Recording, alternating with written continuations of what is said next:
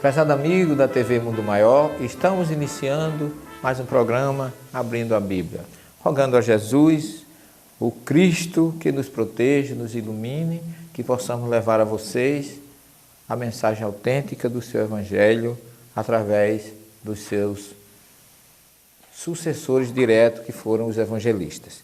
Mas hoje vamos iniciar o capítulo 11 do Evangelho de Mateus. Depois de termos visto toda aquela mensagem maravilhosa que Jesus oferece aos seus discípulos, no capítulo 10 do seu Evangelho, considerado pelos teólogos, pelos estudiosos, como o sermão dos missionários do reino, que foram aquelas instruções que Jesus deu aos seus discípulos, aqueles que conviveram com ele de uma forma mais direta. E agora nós vamos dar continuidade no capítulo 11, onde entra uma figura nova. Mateus diz aqui: tendo acabado Jesus de dar instruções aos seus 12 discípulos, partiu dali a ensinar e a pregar nas cidades da região. Aqui, essa região, logicamente, deve ser entendida como a região da Galileia, aquelas cidades ali próximas a Cafarnaum, onde Jesus se instalou para iniciar o seu ministério. Portanto, aí você pode ver Nazaré, Decápolis, do outro lado do mar da Galileia, aquelas regiões mais Caná, Cesareia de Filipe, mais para o norte da Galileia, e toda aquela região ali, Tiberíades, Magdala, e todas aquelas cidades próximas da região onde ele se instalou. E ali, segundo os estudiosos, Jesus começou a sentir como se a sua popularidade estivesse em declínio.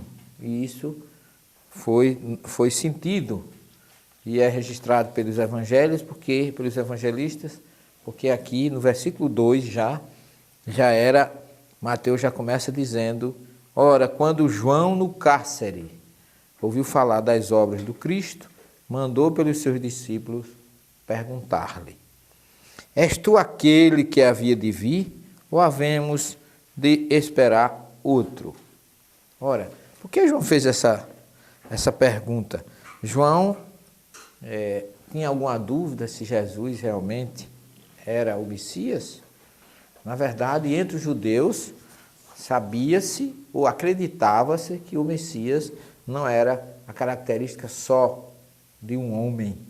As qualidades de um Messias não se enquadrariam numa só pessoa. Daí porque João ficou em dúvida se ele realmente era aquele que havia de vir. E ora, João já o havia identificado.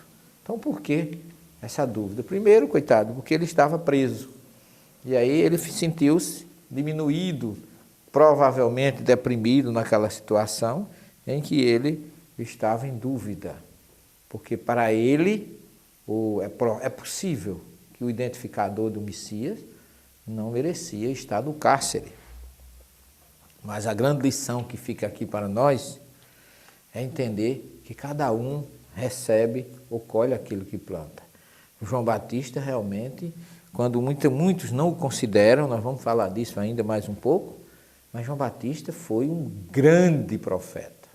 E não sou eu que estou dizendo, os evangelistas nem ressaltam tanto, mas Jesus sim.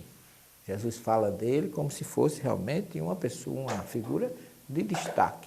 Só que João se indispôs com Herodes, porque vivia com a sua cunhada, e aí ele, condenando Herodes, que era um homem muito vaidoso. Herodes aqui não é o Herodes o Grande, é o filho dele que vivia lá na Galileia, naquela região da Judéia, que era um dos tetrarcas daquela época, mas aí é uma outra história, a gente pode esclarecer isso depois.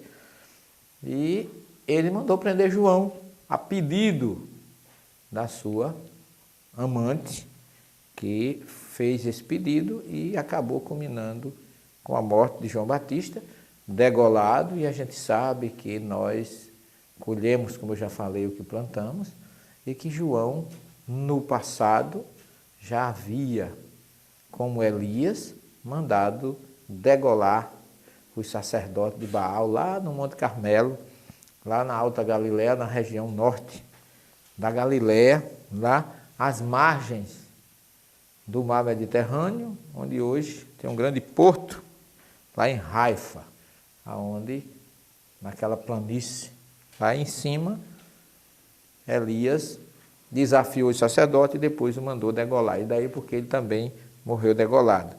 E Jesus não pôde evitar isso. É bom que fique bem claro que nós colhemos o que nós plantamos. Esse é o grande exemplo que eu vejo quando eu falo de João Batista, é que mesmo tendo sido ele o identificador, mesmo tendo sido ele aquele grande vulto que o próprio profeta Isaías falou dele, a voz do que clama no deserto, está lá em Isaías 40, João não pôde evitar de colher aquilo que ele havia plantado, como Elias no templo dos reis, está a história dele lá no livro dos reis, capítulo 17.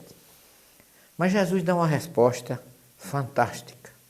Lá em Mateus 11:4, ele diz assim, respondeu-lhe Jesus, ide contar a João as coisas que ouvis e vedes. Quais eram estas coisas? Segundo Jesus, aí ele começa a enumerar.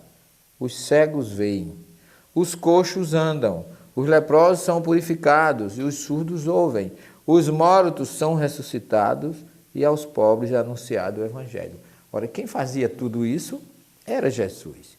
E se João queria prova, precisava de uma prova maior do que esta? Claro que não. Então, as obras, como Jesus diz lá no Evangelho de João, o Filho do Homem foi justificado pelas suas obras. Então, aqui já está o grande testemunho, porque as profecias messiânicas sobre Jesus dizia naquela época que ele operaria grandes feitos, que ele seria um realizador de grandes milagres, de grandes prodígios. Portanto, Jesus estava como se dissesse, diga a João que ele lembre-se do que dizem os profetas, que tudo isso que está acontecendo são características de um Messias. E é exatamente isto, como se ele dissesse, que eu estou fazendo.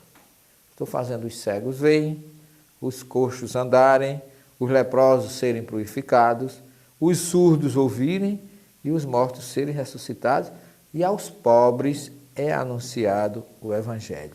Portanto, Jesus fecha a questão, deixando para João que a grande qualidade do Messias era a compaixão e o amor. Compaixão para os que sofrem e amor indistinto por todos aqueles que buscam um alívio, um lenitivo para o seu espírito, para a sua alma sofrida e cansada. Nós vamos para um pequeno intervalo, permaneçam conosco, que nós vamos continuar ainda com maiores informações sobre o grande João o Batista. Até já.